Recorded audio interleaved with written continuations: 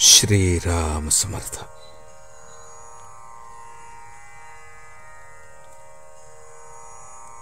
प्रापंचिक माणसाची स्थिती कशी असते?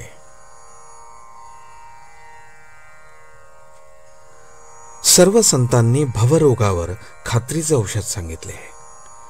सर्व संत आपापल्या परीने मोठेच आहेत, पण त्यातल्या त्यात समर्थांनी आपली जागा न सोडता विषयी लोकांचे चित्त कुठे गुंतलेले असते हे पाहिले आणि मगच रोगाचे निदान केले.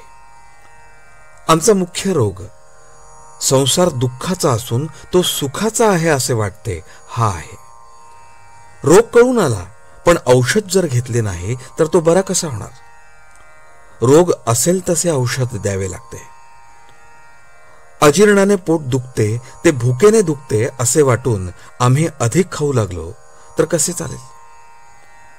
संसार ज्याला दुःखाचा वाटतो त्यालाच परमार्थ मार्गाचा उपयोग. एखादा दारू पिणारा मनुष्य दारूपायी आपले सर्वस्व घालवतो. दारूचा अंमल नसतो त्यावेळी तो शुद्धीवर येतो आणि त्याला आपल्या बायको मुलांची काळजी वाटते. आपला प्रपंच नीट व्हावा असेही त्याला वाटते, पण त्याच्या बुद्धीला त्यातून मार्ग सुचत नाही. मग तो पुन्हा इतकी दारू पितो की त्यात त्याला स्वतःचा विसर पडतो आणि अशा रीतीने त्यामध्येच तो स्वतःचा नाश करून घेतो. अगदी याचप्रमाणे प्रापंचिक माणसाची स्थिती होते. पहिल्याने प्रपंच बरा वाटतो, मनुष्य त्यात रमतो. पुढे काही दिवसानंतर तो थकतो, त्याची उमेद कमी होते आणि म्हणून आता आपल्या हातून परमार्थ कसा होणार असे त्याला वाटते. पण नंतर तो पुन्हा जोराने प्रपंच करू लागतो आणि शेवटी हीन अवस्थेत मरून जातो. जो जगाचा घात करतो तो एका दृष्टीने बरा, कारण जग स्वतःला सांभाळून घेईल. पण जो स्वतःचा घात करून घेतो त्याला कोण सांभाळणार? तो फार वाईट समजावा. केवळ प्रापंचिक हा असा आत्मघातकी असतो. खोटे कळूनही त्यात सुख मानून तो राहतो आणि देवाने जे निर्माण केले ते माझ्या सुखाकरताच केले असे समजून मरेपर्यंत त्यातच गुरफटून जातो. मनुष्य तेच करत असून सुद्धा त्याला त्याचा कंटाळा कसा येत नाही?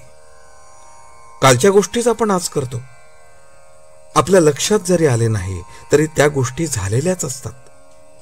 तेच ते जेवण, ती नोकरी, तोच तो पैसा मिळवणे, सगळे तेच. असे असताना माणसाला कंटाळा का येऊ नये?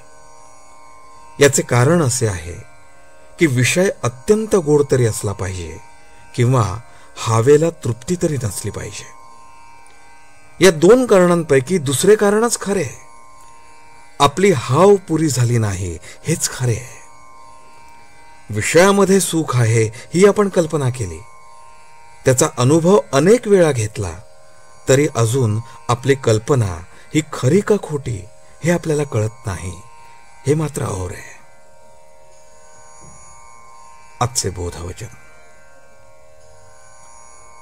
जो मनुष्य प्रपंचातला आपला अनुभव जमेस धरत नाही तो कशानेच शहाणा होत नाही. जानकी जीवन स्मरण. जय जय राम.